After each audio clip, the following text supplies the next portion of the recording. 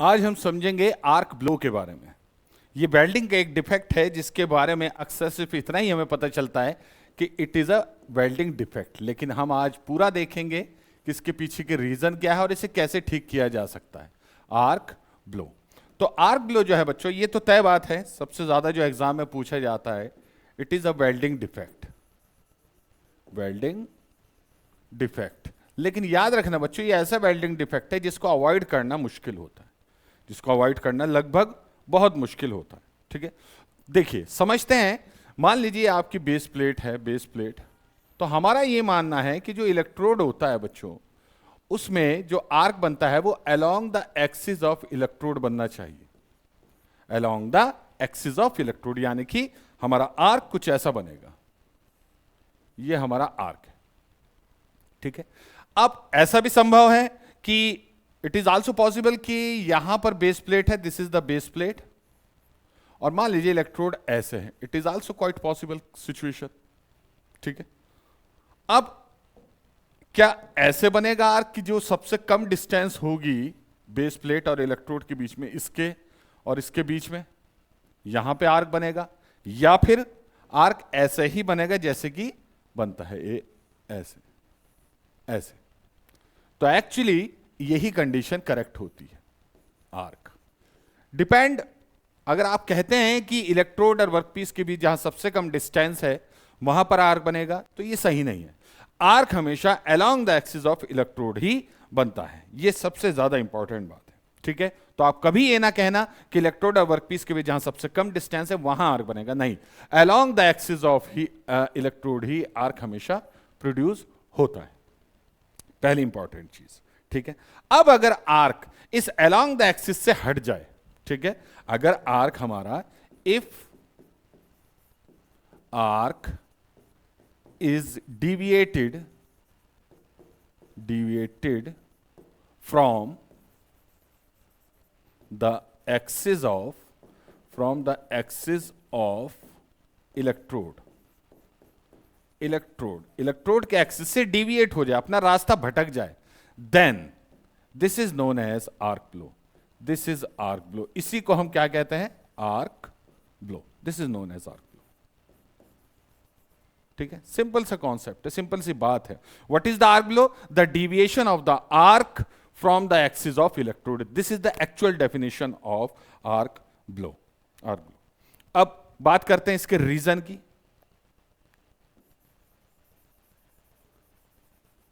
What are the reasons?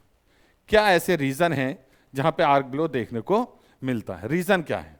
ठीक है, तो इसका जो रीजन है, सबसे पहले बात करूं, अगर मैं, कई रीजन है वैसे तो, लेकिन सबसे पहले अगर मैं बात करूं, ठीक है, मैग्नेटिक डिस्टरबेंस सबसे ज्यादा इंपॉर्टेंट है बच्चों। ये magnetic disturbance,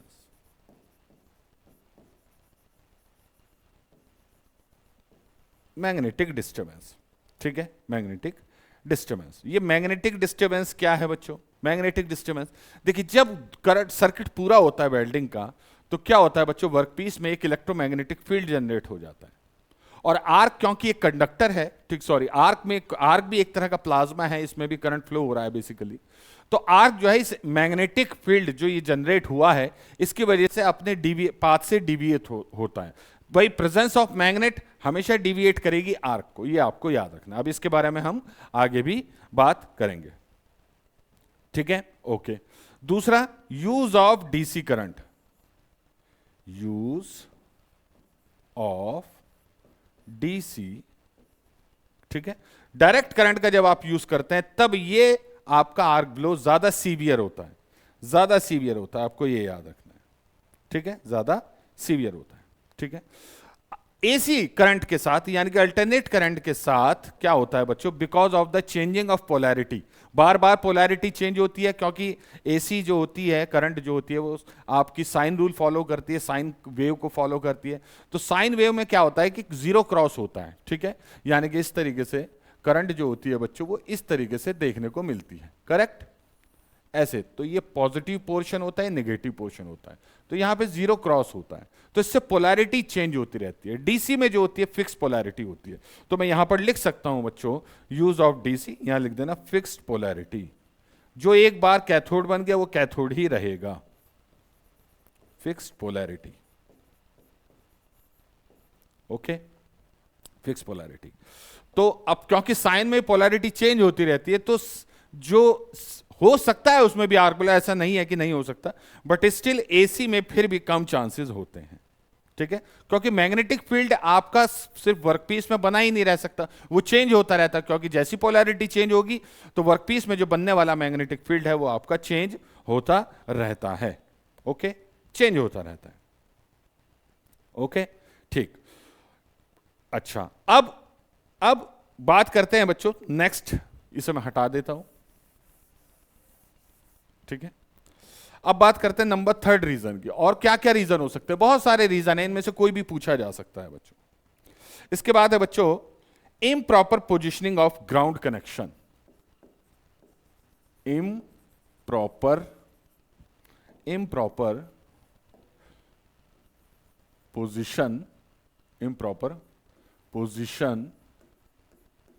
of ground connection. Ground connection की सही पोजीशन का ना होना अभी हम देखेंगे, अभी हम इसे समझेंगे आगे। ठीक है, उसके बाद है shape of workpiece. Shape of work, जो जिस पर आप काम कर रहे हैं उसकी शेप पे भी डिपेंड करेगा, ये बहुत डिपेंड करेगा। ठीक है, ओके। उसके बाद presence of root gap. Presence of root gap. Root gap क्या है बच्चों? जो दो प्लेट आपको ज्वाइन करनी है इस तरीके से, उनके बीच इस गैप का होना। कौन सा गैप बच्चों? ये वाला gap, this is called root gap. Okay, इस गैप का होना। ठीक है, डिविएट होगा, इससे भी डिविएट होता है बच्चों। Okay, next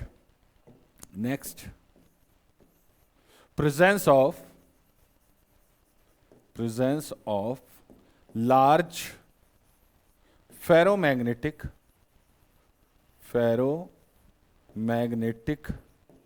mass near by welding. Welding करते टाइम अगर कोई फेरोमैग्नेटिक मटेरियल आसपास है वेल्डिंग के, तो भी आपका आर्क ब्लो देखने को मिलेगा। ठीक है, उसके बाद नंबर 6 आर्क लेंथ। ठीक है, आर्क लेंथ। ठीक है, लार्जर जितनी आपकी आर्क लेंथ होगी, लार्जर लेंथ, ठीक है, हाँ, more chances of arc blow.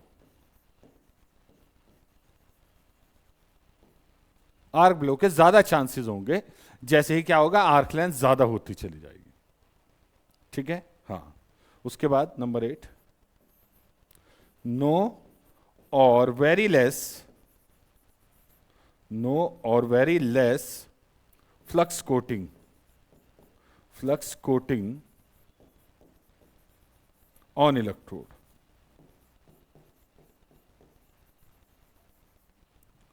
There is very less और there is no coating, okay, at all on electrode, तब भी ये समस्या देखने को, ये प्रॉब्लम देखने को मिलती। ठीक है, next use of high current.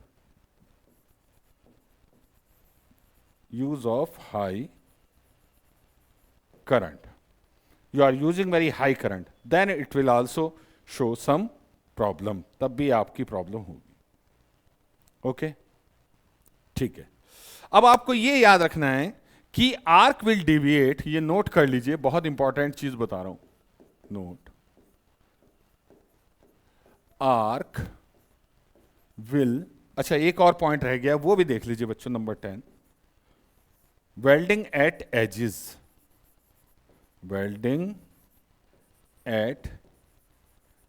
जब आप बिल्कुल किनारों पे वेल्ड करते हैं ना, एजिस पर, तब भी ये देखने को मिलता है, बिल्कुल लास्ट में जाकर होता है। ठीक है, अभी समझेंगे इस चीज को।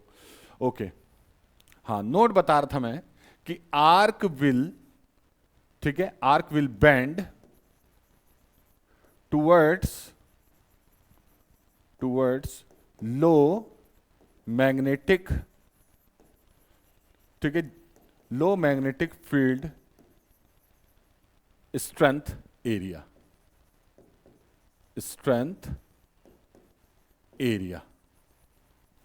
ठीक है। आर्क हमेशा उधर बैंड होगा जहां पर मैग्नेटिक स्ट्रेंथ कम होगी। ठीक है, इसको ऐसे समझते हैं, मान लीजिए this is your electrode, this is the electrode and this is the workpiece on which you are doing welding. ठीक है, आप इसे वो कर रहे हैं, तो इलेक्ट्रोड को मान लीजिए नेगेटिव और इसे पॉजिटिव, ऐसा कुछ मान लीजिए। It is not fixed always. Okay, first of all ये याद रखिएगा। अब क्या होगा बच्चों, अब आपका इस इलेक्ट्रोड में भी मैग्नेटिक फील्ड जनरेट होगा लाइक दिस। ओके, ये मैग्नेटिक फील्ड जनरेट हो, और इस वर्कपीस में भी लाइक दिस, ऐसे।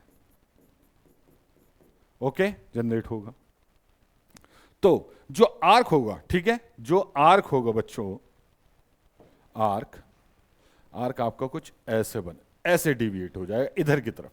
बनना कैसे था, ऐसे, ऐसे बनना था। ठीक है, तो ये होना था आपका, ये होना था बच्चों थियोरेटिकल आर्क, और ये है बच्चों एक्चुअल आर्क। तो आप देख रहे हैं कि इधर मैग्नेटिक फील्ड मैंने नहीं बनाया है, तो इधर मैग्नेटिक फील्ड स्ट्रेंथ कम है, तो आर्क उसी की तरफ आपका डिविएट होगा, उसी की तरफ डिविएट होगा, याद रखना।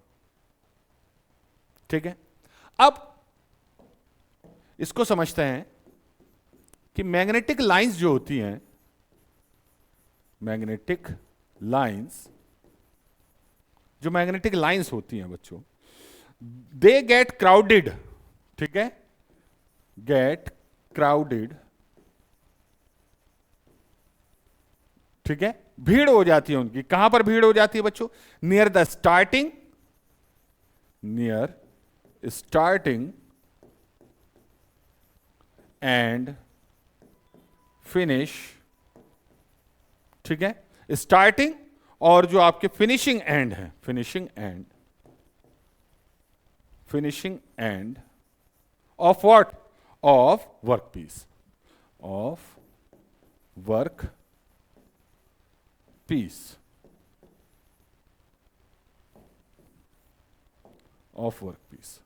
किसी भी वर्क पीस पर एजिस पे जब हम इधर आएंगे और इधर आएंगे, बिल्कुल इस एंड पर, इस तरफ और इस पर, मान लीजिए स्टार्टिंग पॉइंट है, फिनिश पॉइंट है, तो यहां पर मैग्नेटिक फ्लक्स लाइंस की डेंसिटी, या कहूं कि वो बहुत ज्यादा नंबर ऑफ उसमें लाइंस में दिखाई देंगी। ओके, दिखाई नहीं देंगी मतलब फील होगा कि वहां पे मैग्नेटिक स्ट्रेंथ ज्यादा है। तो जहां पे मैग्नेटिक लाइंस क्राउडेड होगी वहां पर आपकी मैग्नेटिक स्ट्रेंथ बहुत हाई होगी, और वहीं पर आपको आर्क का डिविएशन देखने को मिलेगा, इसको मैं आपको एक एग्जांपल से बताता हूं, इमेज की मदद से। Okay, this is the plate, ये वो प्लेट है जिस पर आपको वेल्डिंग बनानी है। This is the plate. Okay, you need to weld on this plate. ठीक है, कहां पर वेल्ड करना है, मान लीजिए यहां वेल्ड करना है। ठीक है, तो क्या होगा बच्चों, यहां पर आपको मैग्नेटिक लाइन इस एंड पर कुछ ऐसे दिखाई देंगी, ये। तो आप देख रहे हैं स्टार्टिंग में ये सारी किस तरीके से होंगी, एक्चुअली अगर इसे टॉप से देखूं मैं तो मुझे कुछ ऐसे दिखाई देंगी, ये।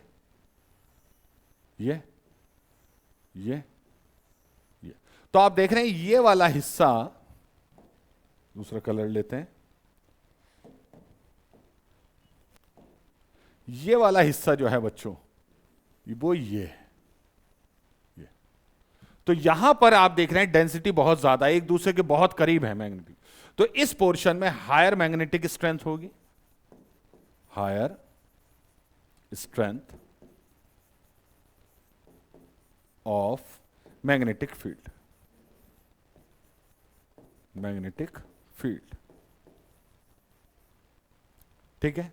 और इस वाले हिस्से पे लोअर होगी बच्चों, लोअर स्ट्रेंथ, बस इतना ही लिख देता हूं, lower strength, higher strength of magnetic field and lower strength of magnetic field. तो अब अगर आर्क यहां है, मान लीजिए ये इलेक्ट्रोड है, दिस इज द इलेक्ट्रोड, और आर्क यहां है, तो आर्क किधर डिविएट होगा बच्चों? आर्क आपका इधर डिविएट होगा, आर्क आपका इधर डिविएट हो जाएगा, इधर।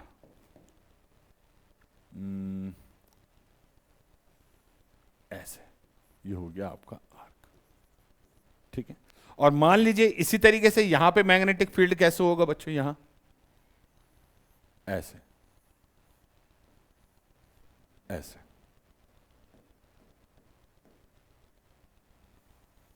ये, ठीक है। तो अगर आपका इलेक्ट्रोड इधर होगा तो आपका आर्क किधर चला जाएगा बच्चों? तब आपका आर्क इधर आ जाएगा, इधर डिविएट होगा। तो डिविएशन किस साइड है ये देखना बहुत जरूरी है, डिविएशन किस साइड है ये देखना बहुत जरूरी है, ठीक है। ये आर्क, ठीक, ओके। मान लीजिए वेल्डिंग की डायरेक्शन ये है, वेल्ड डायरेक्शन, ओके। आप वेल्डिंग इधर से स्टार्ट करेंगे, इधर फिनिश करेंगे, ठीक है, इधर से स्टार्ट करेंगे और इधर फिनिश करेंगे। तो यहां पर जो आपका, क्योंकि हमेशा आर्क लोअर मैग्नेटिक स्ट्रेंथ जो फील्ड है उसकी तरफ जाएगा, ये याद रखना है, ठीक है। तो आप देख रहे हैं यहां पर इलेक्ट्रोड की डायरेक्शन के साथ साथ डिफ्लेक्शन हो रहा है, तो इसको कहते हैं बच्चों, यहां पर होता है फॉरवर्ड, फॉरवर्ड आर्क ब्लो, इसको कहते हैं फॉरवर्ड आर्क ब्लो, ब्लो। और ये जो है बच्चों, इसको कहते हैं बच्चों बैकवर्ड, ये अब क्योंकि डायरेक्शन इधर है वेल्डिंग की, ये ऐसे जा रहा है ना इलेक्ट्रोड, ऐसे, अब इधर जा रहा है, ये पीछे की तरफ हो रहा है, तो इसे कहते हैं backward, backward arc blow, backward arc blow कहते हैं इसे, बैकवर्ड आर्क ब्लो, ठीक है।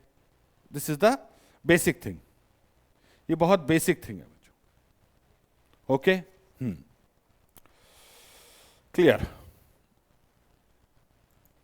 इसके अलावा बच्चों बैक जो ब्लो है, बैकवर्ड ब्लो जो है बच्चों, ये भी याद रखना बच्चों, back blow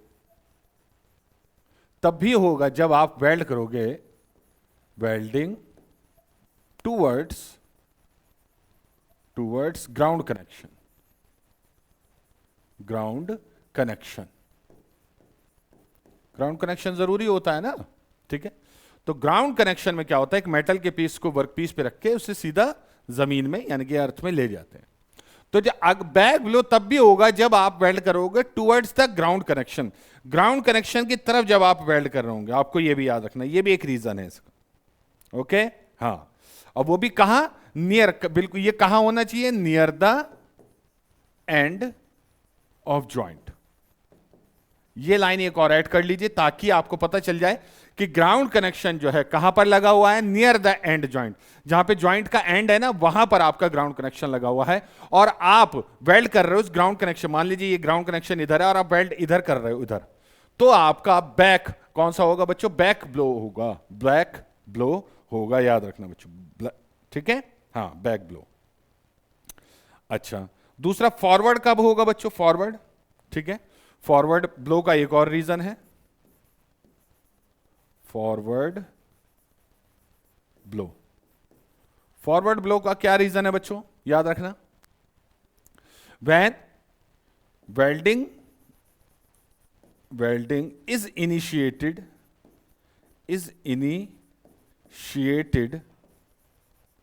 from ground connection,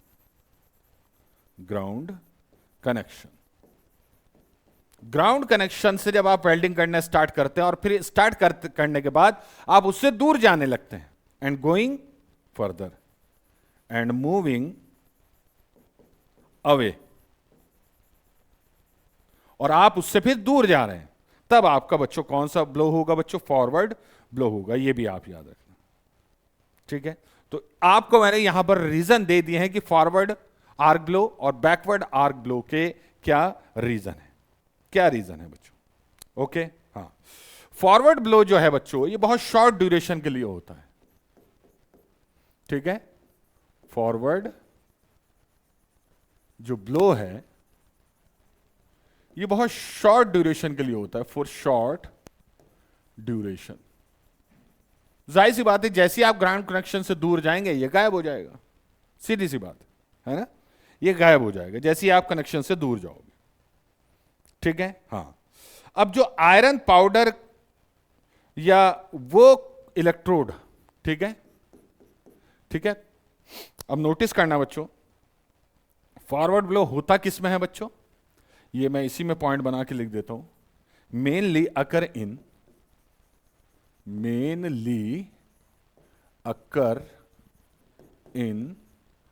iron powder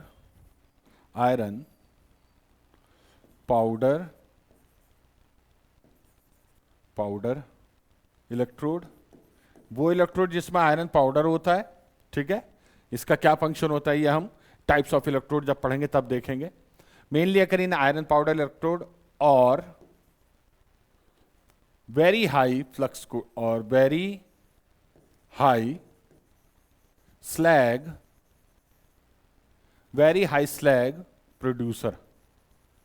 producer electrode, यानी कि वो इलेक्ट्रोड जो बहुत ज्यादा आपका स्लैग जो है जनरेट करते हैं। क्योंकि स्लैग क्या होता है ना बच्चों, स्लैग जो होता है बच्चों, स्लैग वो मूव करता है, मूव्स अहेड ऑफ आर्क, वो आर्क से आगे आगे चलता है, ठीक है। एंड डिफ्लेक्ट्स आर्क डायरेक्शन, और आर्क डायरेक्शन को क्या करेगा बच्चों, वो आर्क डायरेक्शन को डिफ्लेक्ट करता है। तो स्लैग जो है हमेशा याद रखना वो आर्क के आगे आगे चलता है जनरली, ठीक है। हाँ, ओके, तो ये चीज आपके समझ में आई। ओके, अब शेप की बात करूं अगर मैं कि वर्क पीस में, क्योंकि मैंने यहां एक रीजन क्या लिखा था, एक मैंने लिखा था बच्चों शेप ऑफ वर्क। तो क्या होता है कभी कभार शेप ऐसी होती है वर्क की कि वो अपने कुछ पर्टिकुलर एरिया में मैग्नेटिक फ्लक्स लाइन को बहुत ज्यादा डेंस कलेक्ट कर लेती है, यानी कि मैग्नेटिक लाइंस जो है बच्चों उस शेप ऑफ बेस प्लेट की वजह से किसी पर्टिकुलर पॉइंट पे बहुत ज्यादा हो जाती है, तो भी आर्क ब्लो होता है। उसके बाद मैंने क्या बताया, रूट गैप अगर होता है ये वाला, जहां पे भी इस तरह की छोटी छोटी ओपनिंग होंगी वहां पर मैग्नेटिक फील्ड लाइन की स्ट्रेंथ बहुत हाई होती है, इसलिए जहां पे भी रूट गैप होगा वहां पर भी आपको देखने को मिलेगा बच्चों, याद रखना, ठीक है। हाँ, आर्क ब्लो। फेरोमैग्नेटिक मास, यानी कि अगर कोई और मटेरियल रखा है, ठीक है, कोई और मटेरियल रखा है स्पेशली, ठीक है, जैसे कि निकल हो गया या आयरन हो गया, इस टाइप के मटेरियल बेल्ट के आसपास रखे हैं, तो भी क्या होगा बच्चों, आपका मैग्नेटिक फील्ड स्ट्रेंथ बहुत ज्यादा हाई होगी, ठीक है, उस पर्टिकुलर रीजन में, तो वहां पे भी आपका डिफ्लेक्शन देखने को मिलेगा। ओके, अच्छा, अब और बहुत सारी चीजें हैं, मेनली इसमें सबसे ज्यादा इंपॉर्टेंट आपको क्या याद रखना है बच्चों, एक तो आपको ये याद रखना है बच्चों कि पोजीशन ऑफ द, एक तो सबसे पहले जो इंपॉर्टेंट है वो बता देता हूं मैं, ठीक है। एक तो आपको ये याद रखना है बच्चों कि मैग्नेटिक फील्ड ऐसा है, ठीक है, डीसी, ये तो इसका मेन रीजन है, magnetic disturbance, use of DC, direct current का यूज जब आप करेंगे, ग्राउंड पोजीशन का कनेक्शन, ठीक है। उसके बाद आपका फेरोमैग्नेटिक मास का आसपास होना, arc length is also very very important, arc length जितनी कम होगी उतना कम चांसेस हैं आर्क ब्लो आने के, याद रखिएगा बच्चों, ठीक है, आर्क ब्लो आने के, क्योंकि गैसेस बनती है ना, हवा चलती है, हवा चल रही है मान लीजिए, तो आर्क आपका बेंड होगा, या बहुत सारी गैसेस बन रही हैं वेल्डिंग के दौरान, तो वो भी गैसेस पुश करेंगी आर्क को, तो लॉन्ग आर्क लेंथ के साथ प्रॉब्लम है, इसलिए लॉन्ग आर्क लेंथ हम जनरली नहीं लेते हैं बच्चों, ठीक है। उसके बाद ये बहुत पूछा जाता है, ये, ठीक है, ये बहुत पूछा जाता है, तो ये कुछ वेरी इंपॉर्टेंट है, वैसे तो सारी इंपॉर्टेंट है, लेकिन ये कुछ बहुत ज्यादा इंपॉर्टेंट जो आपके रीजन थे वो मैंने यहां पर आप लोगों के साथ डिस्कस किए, ठीक है। ओके, नाउ अब मैं आपको बताता हूं कि शेप ऑफ वेल्ड कैसा दिखाई देगा आपका आफ्टर आर्क ब्लो, ठीक है। तो shape of weld after arc blow, arc blow, ठीक है ना। तो देखिए मान लीजिए आपकी टॉप व्यू दिखा रहा हूं मैं आपको इस वेल्ड का, दिस इज द वेल्ड, ठीक है। अब जो वेल्ड बनेगा बच्चों वो कुछ ऐसा बनेगा, टेढ़ा मेढ़ा ऐसे, यूनिफॉर्म नहीं आएगा। ये है आपका वेल्ड, इर्रेगुलर ये, ठीक है। तो ये है आपका वेल्ड सीम, वेल्ड सीम जो कि कैसी है बच्चों, इर्रेगुलर। ये होता है इस डिफेक्ट की वजह से। और ये डिफेक्ट ऐसा नहीं है कि आप इसे हमेशा पूरी तरह नेग्लेक्ट कर दें या अवॉइड कर दें, नहीं, ये तो आता ही आता है जब आप डीसी वेल्डिंग करते हो, हर हालत में आता है। एसी में क्यों नहीं आता बच्चों, एसी में क्यों नहीं आता? देखिए मैग्नेटिक फील्ड तो हर हालत में बनेगा ही वर्कपीस में, ठीक है, हाँ मैग्नेटिक फील्ड तो आप देखेंगे कि बनेगा ही हर हालत में। लेकिन एसी में क्या होता है, during use of AC an alternate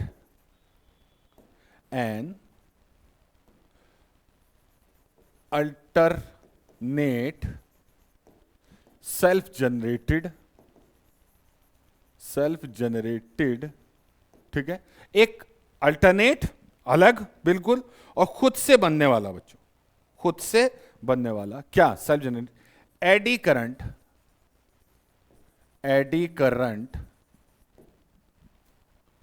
ठीक है, अराइज इन वर्क। जब आप एसी करंट यूज करते हो, एक तो मैंने आपको बताया जीरो क्रॉसिंग की वजह से है, दूसरा रीजन क्या है बच्चों, एक सेल्फ जनरेशन होता है किसका, एडी करंट का सेल्फ जनरेशन होता है, ठीक है, बेस मेटल में, वर्क में। अब इससे क्या होता है बच्चों, इससे होता है बच्चों this produce another magnetic field, एक तो मैग्नेटिक मतलब ये दूसरा मैग्नेटिक फील्ड है जो सेल्फ जनरेट, एक तो करंट फ्लो की वजह से होता है, ये एडी करंट की वजह से जो मैग्नेटिक फील्ड है वो आपका जनरेट होगा। This produce another magnetic field विच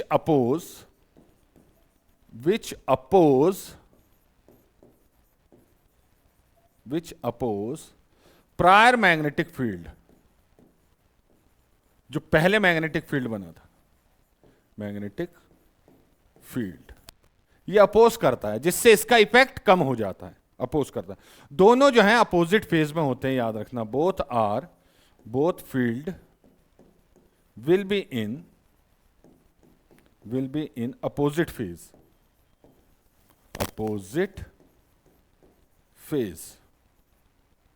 दोनों जो हैं बच्चों बिल्कुल अपोजिट फेज में होंगे, आपको ये याद रखना है। अपोजिट फेज का मतलब क्या होता है कि आपका जो फेज एंगल ये आपका 180 डिग्री होगा। मतलब मैग्नेटिक फील्ड जनरेट हुआ because of the flow of current.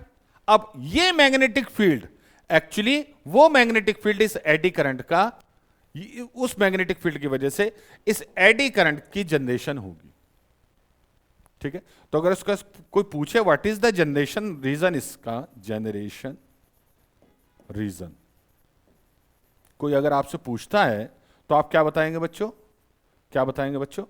Magnetic field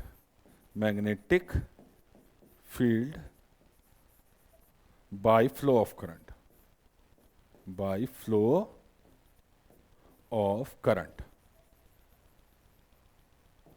जैसे ही करंट फ्लो होता है एक मैग्नेटिक फील्ड बनता है, और वो मैग्नेटिक फील्ड एक अदर टाइप की एडी करंट प्रोड्यूस करती है, और ये एडी करंट की वजह से जो मैग्नेटिक फील्ड बनेगा या फील्ड प्रोड्यूस होगा वो इसके ठीक अपोजिट फेज में होगा, 180 डिग्री पे होगा। तो इससे क्या होगा बच्चों, इफेक्ट कम कर देता है आपका इस मैग्नेटिक फील्ड की, जो कि मेनली करंट के फ्लो की वजह से प्रोड्यूस हुआ था। तो जब इसका इफेक्ट ही कम हो गया तो आर्क ब्लो होने के चांसेस भी बहुत बहुत कम हो गए बच्चों, बहुत बहुत कम हो गए, ठीक है। तो अगर मैं बात करता हूं इफेक्ट ऑफ आर्क ब्लो की, इफेक्ट्स ऑफ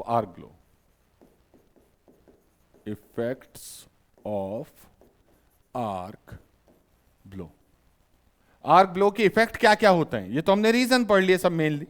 अब इसके हम देखते हैं कि इसके इफेक्ट क्या क्या होते हैं। जैसे सबसे पहला अनस्टेबल आर्क, सबसे इंपॉर्टेंट है बच्चों, अनस्टेबल आर्क। ठीक है, अनस्टेबल आर्क होगा। Poor weld Beed, poor weld Beed, weld Beed अच्छा नहीं बनेगा, मैंने आपको दिखा दिया बनाकर कैसा बनता है। ठीक है, हाँ। Irregular, irregular weld, weldment deposition. ठीक है, डिपोजिशन वेल्डामेंट का कैसा होगा बच्चों आपका, बिल्कुल इर्रेगुलर होगा बच्चों। अंडर कटिंग, अंडर कटिंग होती है इससे, अंडर कटिंग। ठीक है, lack of fusion, lack of fusion, जब पेनिट्रेट ही नहीं हो पाएगा प्लाज्मा वर्कपीस में, तो फ्यूजन कहां से अच्छा होगा बच्चों। स्पैटर, चिंगारियां निकलती हैं, स्पैटर चिंगारियां निकलती हैं बच्चों। ठीक है, हाँ। स्लैग इंट्रैपमेंट हो जाता है, स्लैग इंट्रैपमेंट, ये सारे डिफेक्ट हैं, इंट्रैपमेंट। और या फिर पोरोसिटी, छोटे छोटे होल आपके बन जाते हैं किसके ऊपर, वेल्ड के ऊपर, दिस इज कॉल्ड पोरोसिटी। तो ये सारे इफेक्ट हैं बच्चों किसके, आर्क ब्लो के, आर्क ब्लो के। ठीक है, अब कोई आपसे पूछता है कि भैया इसको रेमेडी करने का क्या तरीका है, तो जो उसके रीजन है इनको देखिए ध्यान से आप। रेमेडी मतलब इनको कैसे आप दूर कर सकते हैं। मैग्नेटिक डिस्टर्बेंस, यानी कि किसी तरह मैग्नेटिक डिस्टर्बेंस प्रोड्यूस नहीं होने देना, कैसे, बाय यूजिंग डीसी। तो अगर मैं रेमेडी की बात करूं, रेमेडी, ठीक है, अगर मैं बात करूं रेमेडी की, रेमेडीज, तो सबसे इंपॉर्टेंट है यूज ऑफ एसी, सबसे बढ़िया सबसे अच्छा तरीका use AC, alternate current use कीजिए, सबसे पहली बात। ठीक है, हाँ। उसके बाद change the position, change the position of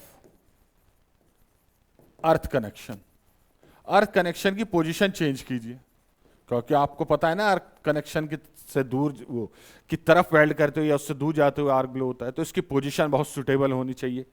ठीक है, इसकी पोजीशन बहुत सुटेबल होनी चाहिए। ठीक, okay okay. Away from, away from ferromagnetic material, ferromagnetic material. ठीक है, फेरोमैग्नेटिक मटेरियल अवे करो उससे। ठीक है, इसके अलावा short arc, short arc length, arc length छोटी रखिए भाई अगर वो प्रॉब्लम कर रही है। ठीक है, हाँ। कोटेड इलेक्ट्रोड, कोटेड इलेक्ट्रोड लीजिए, कोटेड इलेक्ट्रोड। ठीक है, low, less, sorry not low, less electrode dia, electrode dia, ये भी एक तरीका है। ठीक है, इलेक्ट्रोड डाया ये हो सकता है बच्चों, हाँ। लो वेल्डिंग स्पीड, ठीक है, लो ट्रेवल स्पीड, ट्रेवल स्पीड, बहुत तेजी से वेल्ड ना करके ठीक ठाक स्पीड, मतलब ज्यादा ना हो। ठीक है, हाँ, ओके। बाकी बाय इंप्लीमेंटिंग, इंप्लीमेंट कीजिए, किसका इंप्लीमेंट करना है बच्चों, by implementing externally applied, externally applied opposing, opposing magnetic field, magnetic field, जैसे कि अभी हमने एडी करंट के केस में देखा। ठीक है, मैग्नेटिक फील्ड, ओके। दूसरा क्या है बच्चों, एक हैवी टेक वेल्ड का यूज करके, ठीक है, by using, by using heavy tack weld, by using heavy tack weld, मतलब मान लीजिए आपकी प्लेट है दो, इनको वेल्ड कर रहे हैं आप, ठीक है, यहां से, तो यहां पे एक टैक वेल्ड लगा दीजिए हैवी सा, टैक वेल्ड। अब वेल्ड कैसे कीजिए, अब ध्यान से देखना बच्चों। वेल्ड आपको करना है, मान लीजिए यहां से यहां तक, मतलब ये पूरा ही करना है ऐसे, लेकिन करेंगे कैसे इसको ध्यान से देखना। पहले आप क्या करेंगे बच्चों, यहां से यहां चलेंगे ऐसे, ये, फिर यहां से यहां चलेंगे ऐसे वेल्ड करते। तो आप देख रहे हैं कि आप तो वेल्डिंग इस डायरेक्शन में कर रहे हैं, लेकिन वेल्ड डायरेक्शन एक्चुअली क्या है, वेल्ड डायरेक्शन एक्चुअली यही है भाई। वेल्डिंग ध्यान से देखो तो इधर ही बढ़ रही है ना, आप कर रहे हैं अपोजिट, आप कर रहे हैं बच्चों अपोजिट, ठीक है। हाँ, तो इसे कहते हैं step welding, by using tack weld and step welding. Step welding एक तरीका यह है बच्चों, ठीक है, यह भी बड़ा अच्छा तरीका है, नो डाउट। ओके, हाँ, low welding current, use low welding current. बहुत हाई करंट ना लें, क्योंकि बहुत हाई करंट से आपका आर्क ब्लो होगा ही होगा, स्पैटर भी बहुत होगा बच्चों, ठीक है। तो ये जो है आपकी बैक स्टेप वेल्डिंग, सॉरी इसका नाम था, अरे एक सेकंड में पूरा लिख देता हूं, back step welding, back step welding, okay, हाँ, बैक स्टेप वेल्डिंग। तो ये इंडस्ट्री में बहुत ज्यादा आपका फेमस है, ठीक है। तो ये सारे तरीके थे बच्चों आपके आर्क ब्लो से बचने के। तो आर्क ब्लो का आज हमने पूरा कॉन्सेप्ट समझ लिया है। बहुत ही ज्यादा कंफ्यूजिंग चीज होती है कि क्या होता है आर्क ब्लो, कैसे जनरेट होता है, किस तरीके से, तो आज मुझे पूरी उम्मीद है आप लोगों को समझ में आ गया होगा, ठीक है। तो इसी तरह की और वीडियो के साथ अगर आपको देखनी है वीडियो, इसी तरह के और कॉन्सेप्ट देखने जो आपको गेट, ईएससी या स्टेट एई, स्टेट जेई जैसा एग्जाम हो, या सेंट्रल गवर्नमेंट के जेई का एग्जाम हो, जहां पर इन कॉन्सेप्ट की जरूरत पड़ती है जो आज तक सिर्फ आपने रटे हैं, समझे नहीं हैं, तो आज ही मेक इट इजी चैनल से जुड़ जाइए बच्चों। आपको सब्सक्राइब करना है और हमारी ऐप जरूर डाउनलोड कर लें, make it easy live classes, जिसमें हम आपको हर तरीके के जो है कोर्सेज अवेलेबल करा रहे हैं, ठीक है। ओके, तो वहां पर आप जुड़ जाइए, वहां पर आपको कुछ फ्री सेशन भी बहुत सारे मिल जाते हैं, डेमो क्लास देखकर आप कोई भी सुटेबल कोर्स परचेज कर सकते हैं, ठीक है। कोई भी सजेशन हो, कोई भी कंप्लेंट हो, तो प्लीज कमेंट बॉक्स में जरूर लिखिएगा, ठीक है, ताकि हम लोग और अपने आप को इंप्रूव कर सकें। चलिए मिलेंगे नेक्स्ट किसी और टॉपिक में, तब तक के लिए thank you very much and all the very best.